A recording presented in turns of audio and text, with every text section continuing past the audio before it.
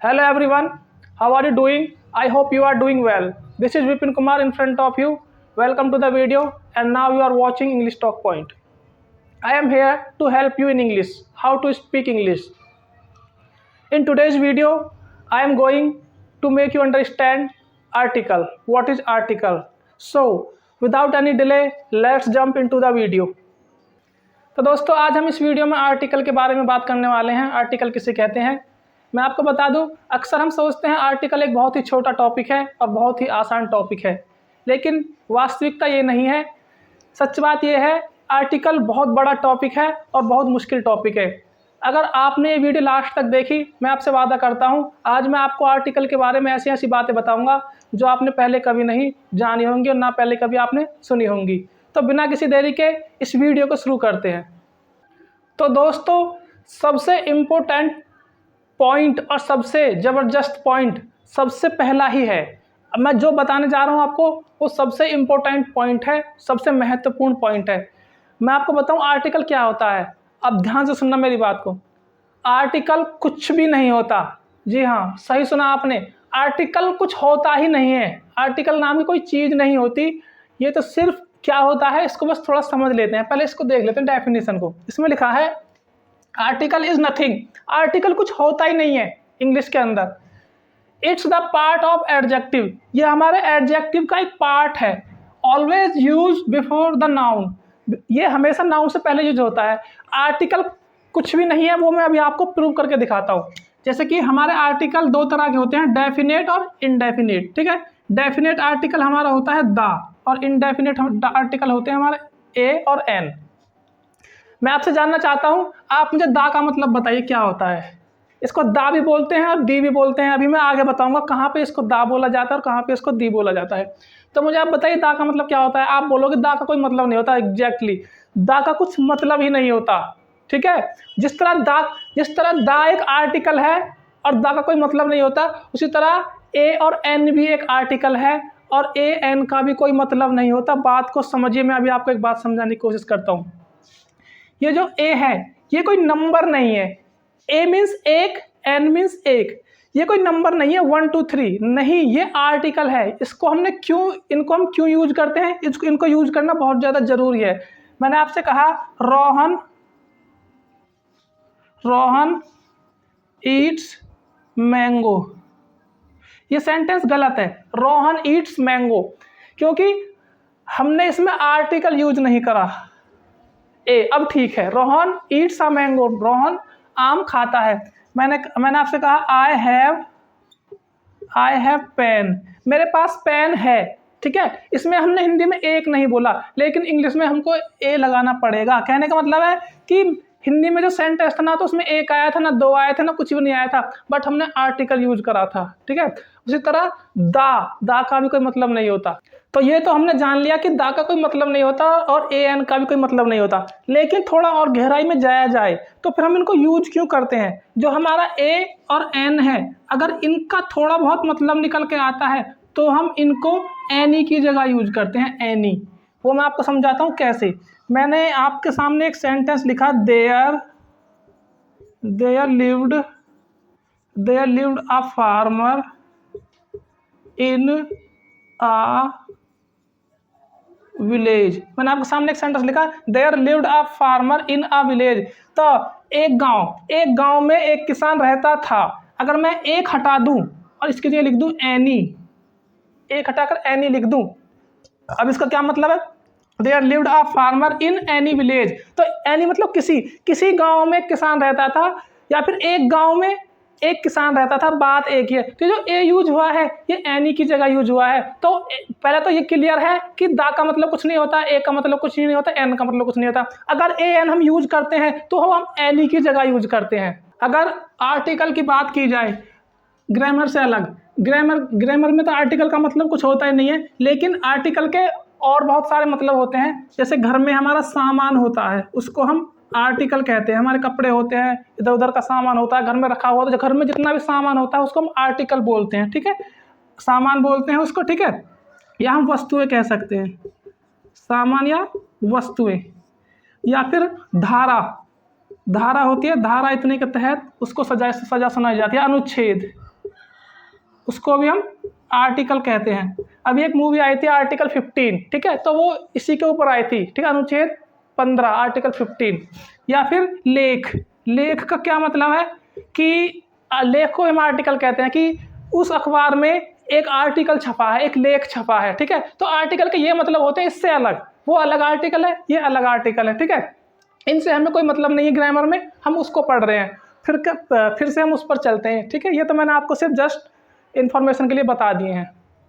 यहाँ मैंने आपके लिए 3 सेंटेंस लिखे हैं और मैंने आपको बताया है कि नाउन से पहले जो भी यूज होता है उसको पकड़ लो, जो भी नाउन से पहले यूज होता है उसको पकड़ लो और उससे बोलो कि तू एडजेक्टिव है, क्योंकि जो नाउन की विशेषता बताते हैं। ये नियम है, ये रूल है, नाउन से पहले अगर कुछ भी शब्द यूज होगा तो वो एडजेक्टिव यूज होगा। इसलिए बॉय एक नाउन है और नाउन से पहले गुड यूज हुआ है, Rohan is a good boy, तो ये हमारा एडजेक्टिव है, ठीक है। अभी मैंने आपको बताया कि नाउन से पहले हमारा एडजेक्टिव होता है और फिर यहाँ पर मैंने एडजेक्टिव हटा दिया, ये सेंटेंस सही है। दूसरे सेंटेंस में मैंने एडजेक्टिव को हटा दिया, फिर से बॉय आया, तो अब हमें पता चल रहा है कि लड़का एक है। तो यहाँ पर जब ये जो ए है आर्टिकल, अब ये एडजेक्टिव का रूप ले लिया इसने, अब ये यहाँ पे ये एडजेक्टिव नहीं था, अब यहाँ पर ये एडजेक्टिव बन गया और ये सेंटेंस गलत है क्योंकि इसमें हमने ए का यूज नहीं करा। तो जो मैंने आपको वादा किया था कि मैं इस वीडियो में कुछ ना कुछ नई बातें बताऊंगा, तो सिर्फ आपने इतना जानना होगा कि जो हमारे वोवल साउंड होते हैं, जो हमारे वोवल्स होते हैं इंग्लिश में, वो ए ई आई ओ यू होते हैं और जो कॉन्सोनेंट होते हैं वो 21 होते हैं। अब इसमें इंटरेस्टिंग बात यह है, आखिर ए ई आई ओ यू ही वोवल्स क्यों होते हैं और ये 21 कॉन्सोनेंट्स क्यों होते हैं? सुनिए, जो हमारे वोवल्स होते हैं, ये हमारी जो हमारा, इसको हम वोकल कहते हैं, वोकल, ठीक है, कंठ बोलते हैं वोकल, जो हमारे गला होता है। जैसे कि ए ई आई ओ यू, देखिए जब हम इनको बोलते हैं ना, ए ई आई ओ यू, इनमें हमारे होंठ नहीं चलते, दांत नहीं चलते, जीभ नहीं चलती। बोल के देख लीजिए आप, ए ई आई ओ यू, ये सीधे गले से निकल रहे हैं, ये सीधे के सीधे हमारे गले से निकल रहे, ए ई आई ओ यू, इसलिए इनको हम वोवल साउंड कहते हैं। और ये 21 जो हैं, अब इनको बोलिए, इनमें आपके लिप्स यूज होंगे, दांत यूज होंगे, जीभ यूज होगी, ठीक है। बोल के देखिए, बी, देखो लिप्स ने काम किया, बी, ठीक है, ए बी सी, जीभ लगी, सी अंदर जीभ टच करी, सी, ठीक है। डी में जीभ टच हुई हमारी, ई में हमारा कुछ नहीं हुआ, गले से निकला, ई। एफ में हमारे होंठ टच करे। तो कहने का मतलब है, जिसमें हमारे लिप्स टच करे, दांत टच करें, जीभ टच करे, काम करे, हमारे शरीर का कोई भी अंग काम करे, उसको हम कॉन्सोनेंट साउंड कहते हैं। और जहां हमारे शरीर का कोई अंग काम ना करे, डायरेक्ट गले से निकले, उनको हम वोवल साउंड कहते हैं, ठीक है। और वोवल साउंड जो होते हैं हमारे, जो गले से निकलते हैं, या तो ये बहुत ज़्यादा दुख में निकलते हैं या बहुत ज़्यादा सुख में निकलते हैं। जब आपको दर्द होता है तो आप कहते हो आ, मतलब गले से निकल रही आवाज़। एक्सीडेंट होता है, आ ई ओ, इस तरह से, मतलब आ लग गया, ठीक है। इसीलिए जब डॉक्टर के पास मरीज जाता है, जब डॉक्टर उससे पूछता है तो मरीज करता है, इस तरह से मरीज अपने बारे में बताता है। जहाँ हमें होठों की जरूरत ना पड़े, ठीक है, दांतों की जरूरत ना पड़े, ठीक है, वहाँ पर हम ये साउंड यूज करते हैं। लेकिन जहाँ पे हमें, या फिर बहुत ज़्यादा खुश हो, या बहुत ज़्यादा खुशी मिल रही है आपको, बहुत ज़्यादा इंजॉयमेंट है, तो आ मज़ा आ गया, आ मतलब आ मज़ा आ गया, कहने का मतलब गले से निकल रहा साउंड। ये जो होते हैं कॉन्सोनेंट, इसे हम व्यंजन कहते हैं, इनको हम स्वर कहते हैं। कॉन्सोनेंट में हमारी जीभ चलती है, हम नॉर्मली बोलते हैं, ठीक है, इसलिए इनको वोवल साउंड कहते हैं, इनको कॉन्सोनेंट साउंड कहते हैं। आपके समझ में आ गया होगा अच्छे से। तो दोस्तों, इस वीडियो में हम साउंड के बारे में ज़्यादा बात कर रहे हैं, आवाज़ के बारे में, कि कहाँ पर अगर गले से आवाज़ निकले तो एन लगेगा, अगर होठ से, दांत से अगर टच होते हैं तो ए लगेगा, ठीक है। तो मैं यही समझाना चाहता हूँ आप लोगों को कि यहाँ पर आप अपना मुंह खोलिए इस तरह से। अब मुंह खोलने के बाद आप बॉय बोलिए, बोल ही नहीं सकते। जैसे मैंने खोला मुंह अपना, हाँ बॉय, जब मैं बॉय बोलूँगा तो मेरे होठ जरूर टच होंगे। मुंह खोल के मैं बॉय बोल ही नहीं सकता, हाँ नहीं बोल सकता, बॉय अब बोल सकता हूँ। उसी तरह पेन नहीं बोलेगा, पेन, होठ जरूर टच होंगे। फैन, ठीक है, फैन में भी होठ जरूर टच होंगे, ठीक है, होठ, जीभ या दांत, ठीक है, कुछ ना कुछ टच जरूर होगा। अब आप अपना हाथ अपने मुंह के सामने रखिए, ठीक है, तो हमारे मुंह से जब आप बोलोगे बॉय, तो हमारे मुंह से जो वो निकली, आवाज़ निकली, हाथ से टच नहीं हुई, कम टच हुई। फिर मैंने बोला पेन, थोड़ी और ज़्यादा हाथ में टच हुई। मैंने कहा फैन, तो और ज़्यादा हवा निकली मुंह से, फैन। ठीक है, आप करके देखिए, बॉय, पेन, फैन, फैन में ज़्यादा निकली। ठीक है, तो मैं आपको ये समझाना चाहता हूँ कि वे आवाज़ जो हमारे गले से निकलती हैं, वहाँ पर हम एन लगाते हैं और उसको हम वोवल्स कहते हैं, वोकल साउंड कहते हैं, वोकल साउंड। ठीक है, और वो आवाज़ जो हमारे गले से नहीं निकलती, जो होठ से टच होके, दांत से लिप्स टच होते हैं, उनको हम कॉन्सोनेंट कहते हैं। ठीक है, कॉन्सोनेंट साउंड कहते हैं उनको, और वहाँ पर हम ए का यूज करते हैं। तो मैं समझ सकता हूँ कि आपके ये बात अच्छे से समझ में आ गई होगी। अब ऐसा कहा जाता है कि जिन जो वर्ड्स होते हैं, अगर वो A-E-I-O-U से शुरू होते हैं, तो उन वर्ड्स से पहले हम एन का यूज करते हैं, ऐसा बोला जाता है। ठीक है, और जो वर्ड्स इनसे शुरू नहीं होते, B-C-D इनसे शुरू होते हैं, उसके आगे हम ए का यूज करते हैं। ठीक है, लेकिन बात यहीं पर ख़त्म नहीं होती है। कभी कभी ऐसी सिचुएशन आएगी कि हमारे कॉन्सोनेंट्स होते हुए एन लगेगा और वोवल्स होते हुए ए लगेगा, ऐसी सिचुएशन भी आएगी। तो यहाँ पर बात A-E-I-O-U की नहीं है, यहाँ पर साउंड की बात है, जो हमारे अंदर से साउंड निकलता है उसकी बात है। ठीक है, ये तो बेसिक बात है जो आप पहले से जानते हो। अभी मैंने आपको सिखाया कि जब हमारे गले से निकलता है साउंड, उसमें हम एन लगाते हैं, और जीभ से निकलता है साउंड या होठ से निकलता है, उसमें हम ए लगाते हैं।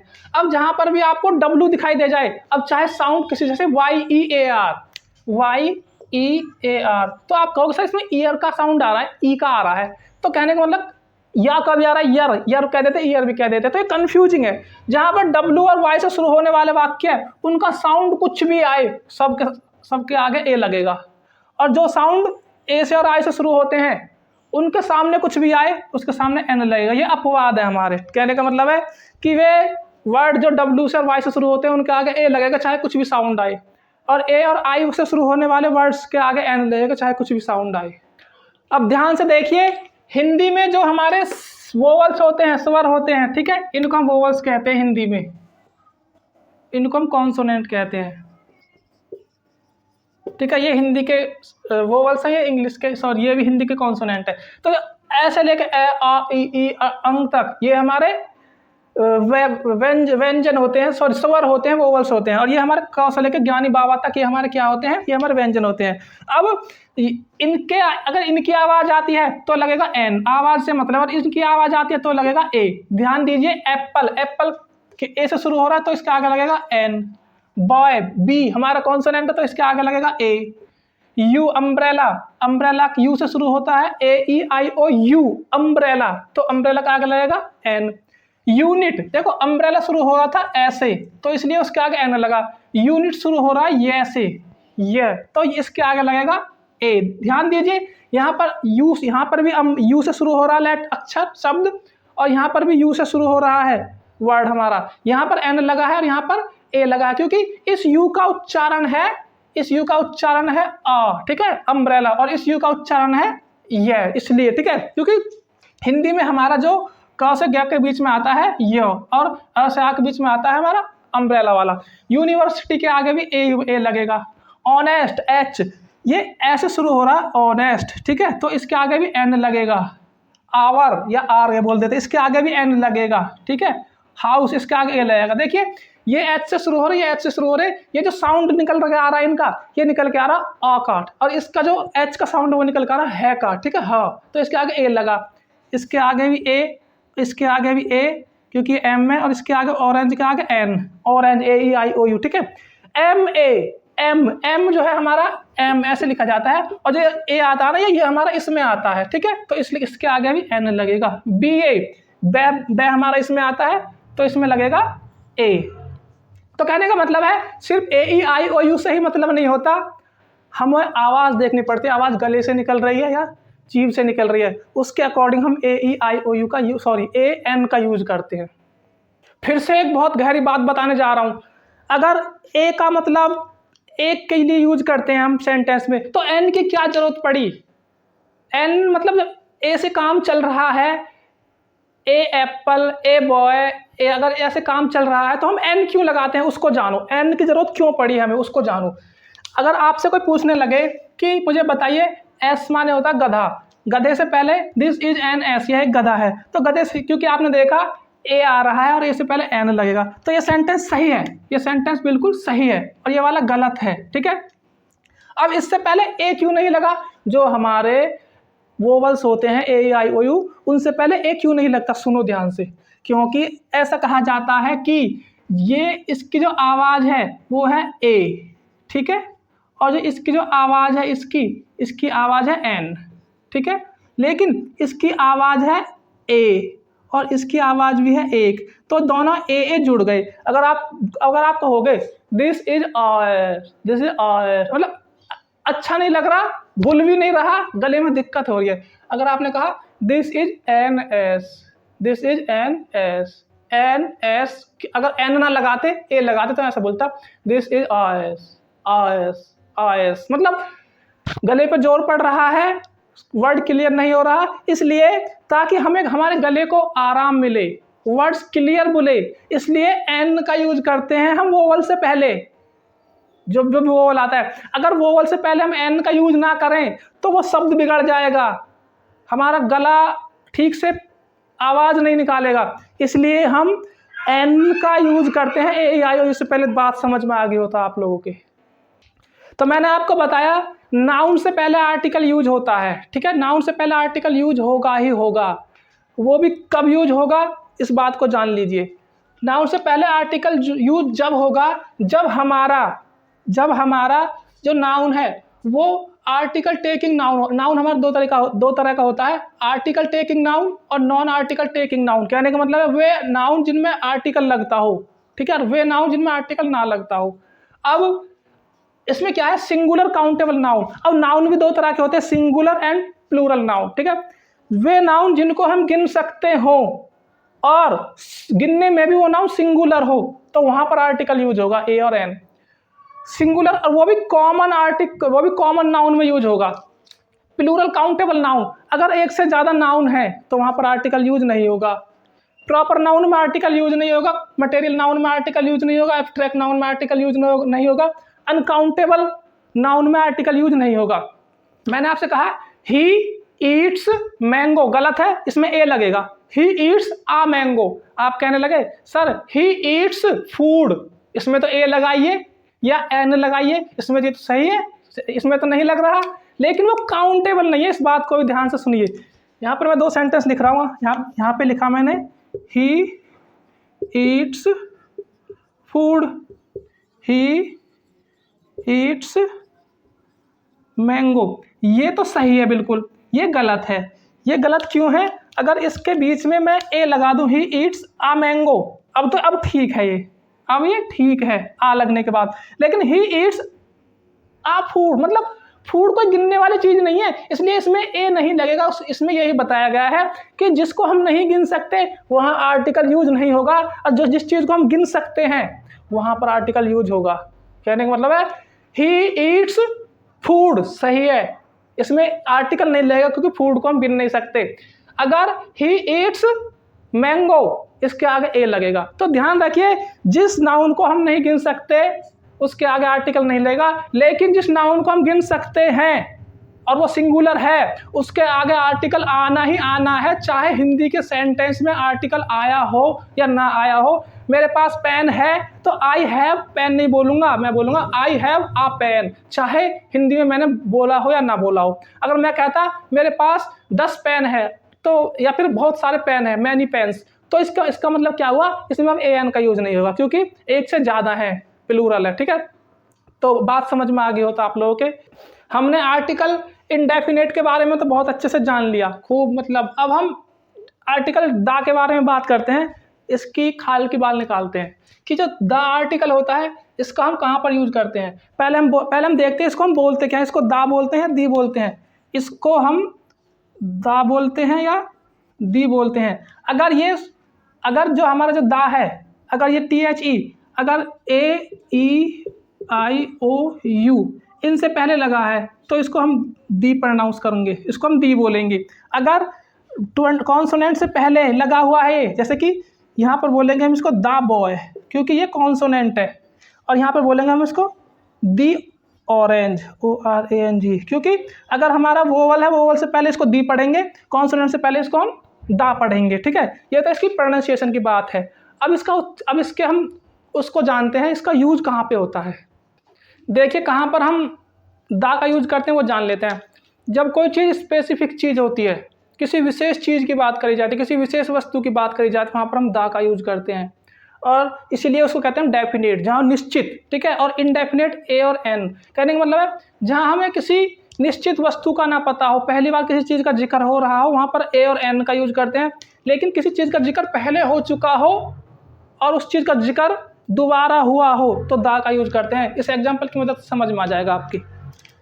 जैसे कि आई फाउंड अ बैग, मुझे एक बैग मिला, तो यहाँ पर मैंने आर्टिकल ए यूज करा है, किसके आगे, दा के आगे। दा के आगे मैंने आर्टिकल ए यूज करा है।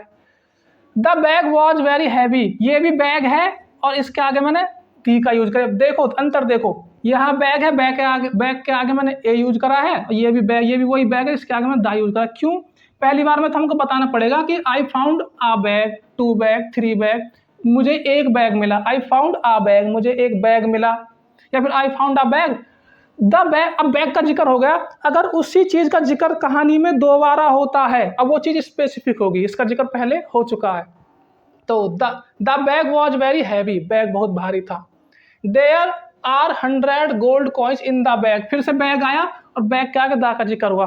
अगर मैं सब जगह ए का यूज करूं, देखो कैसा लगेगा। आई फाउंड आ बैग, मुझे एक बैग मिला। A bag was very heavy, एक बैग बहुत भारी था। There are 100 gold coins in a bag, एक बैग में 100 सोने के सिक्के थे। अच्छा भी नहीं लग रहा है, 3 बैग हो गए, एक बैग ये, एक बैग ये, एक बैग, एक ए लगाने से अलग अलग बैग हो गए। यहाँ पर सीधी सीधी बात जानने वाली ये है कि जब भी आप कोई स्टोरी बताओ और उस स्टोरी में किसी चीज़ का पहली बार जिक्र हो, तो पहली बार उसको लगता है ए और एन। अगर उसी चीज़ का जिक्र स्टोरी में दोबारा आए, फिर लगेगा दा। या फिर किसी चीज़ के बारे में आपने पहले बता दिया, 10 दिन पहले, 20 दिन पहले, और उस चीज़ का जिक्र आज कर रहे हो, तो दा लगेगा। अब मैं आपको बताना चाहता हूं कि दा की कुछ कंडीशंस हैं, ठीक है। किसी भी नाम से पहले दा यूज नहीं होगा। जैसे किसी का नाम रोहन है, तो उसने कभी ये नहीं कहा होगा द रोहन इज रनिंग, ठीक है। नाम से पहले दा नहीं लगेगा, किसी भी नाम से पहले दा नहीं लगेगा, ठीक है। लेकिन अगर आप किसी को सम्मान देना चाहते हो, ठीक है, जैसे कि द महात्मा गांधी जी, ठीक है, महात्मा गांधी जी हमारे देश के राष्ट्रीय पिता हैं, ठीक है, तो इसलिए हम उनके सामने दा लगा देते हैं। मैं एक शो देख रहा था सिंगिंग का, तो उसमें एक सिंगर है नेहा कक्कर। तो नेहा कक्कर ने कहा था दी अरिजीत, अरिजीत के सामने दी क्यों लगाया उसने, क्योंकि हालांकि नाम के आगे दा नहीं लगता, उसने बस लगा दिया वैसे ही, अरिजीत को महान बताने के लिए कि अरिजीत बहुत ज्यादा महान है, दी अरिजीत, मतलब अरिजीत इतना महान नहीं है कि उसके आगे दा लग जाए, लेकिन फिर भी लोगों को बताने के लिए कि ये गाना दी अरिजीत ने गाया है। या फिर किसी की हम प्रशंसा करना चाहें, मॉल होता है हमारे यहाँ पर, ग्रेटर नोएडा में एक मॉल है, उस मॉल का नाम है द ग्रैंड वेनिस मॉल, दा लगा हुआ है क्योंकि मॉल जो है एक स्पेसिफिक जगह है, ठीक है, उसके लिए। उसके बाद द ताजमहल, एक बहुत ही फेमस बिल्डिंग है the Taj Mahal. The Himalaya, the Ganga, बहुत फेमस चीज है, उनके आगे दा लगता है। या फिर किसी क्लास को, कम्युनिटी को कोई टारगेट करे, जैसे कि the cow is grazing the grass, ठीक है, मतलब काउ से हमें पता चल रहा है कि दुनिया की सारी काउ के बारे में बोला गया है। द डॉग, ठीक है, दुनिया के सारे डॉग्स के बारे में बोला गया है। द डॉग, ठीक है, इज बार्किंग, ठीक है। इस तरह से आप जान चुके होंगे कि दा का यूज वहां पर होता है अगर हम किसी स्पेसिफिक चीज के बारे में बात कर रहे हैं, तो वहां पर हम दा का यूज करते हैं। इसलिए इसको हम डेफिनेट आर्टिकल कहते हैं। डेफिनेट आर्टिकल इसलिए बोलते हैं हम इसको। इनडेफिनेट हम उसको बोलते हैं ए एन को, जहां हम किसी चीज का पहली बार जिक्र करते हैं, ठीक है। मैंने आपसे कहा I met to a person, मैं एक व्यक्ति से मिला, ठीक है, तो मैंने आ लगाया, अब मैं कह लगा वो व्यक्ति ये है, तो मैं दिस इज द पर्सन, ये वो पर्सन है, दिस इज द पर्सन। अब मैंने दा लगा दिया, पहले मैंने इसके बारे में बताया, अब इसका जिक्र मैंने दोबारा किया, तो इसलिए मैंने पहले ए एन लगाया, ए या एन, अब उसके बाद मैंने दा लगाया, ठीक है। तो फाइनली मैं दा के बारे में ये कहना चाहूँगा, किसी महान चीज़ के लिए लगाते हैं, किसी स्पेसिफिक चीज़ के लिए लगाते हैं, ठीक है। दूसरी बात, चाहे वो चीज़ महान हो या ना हो, अगर एक स्टोरी की तरह किसी से बात कर रहे हो आप, और उस स्टोरी में आपने पहली बार अगर उसी वस्तु का जिक्र कर दिया, और उसी वस्तु का जिक्र अगर दोबारा कहानी में होता है, तो तब भी दाल लगेगा, ठीक है। तो आई होप आपको ये वीडियो काफ़ी अच्छी लगी होगी दोस्तों। तो आप इस वीडियो को ज़रूरतमंदों के पास शेयर कर सकते हो, अपने दोस्तों के पास शेयर कर सकते हो, और आप वीडियो पर कमेंट जरूर करें, क्योंकि कमेंट से मुझे लगेगा कि मैंने वीडियो अच्छी बनाई है, मैं मोटिवेट रहूँगा, ठीक है। आप जैसा भी कमेंट करना चाहते हो आप वीडियो पर कीजिए कमेंट, वीडियो को लाइक करिए, शेयर कीजिए, सब्सक्राइब कीजिए। And thank you so much for watching this video.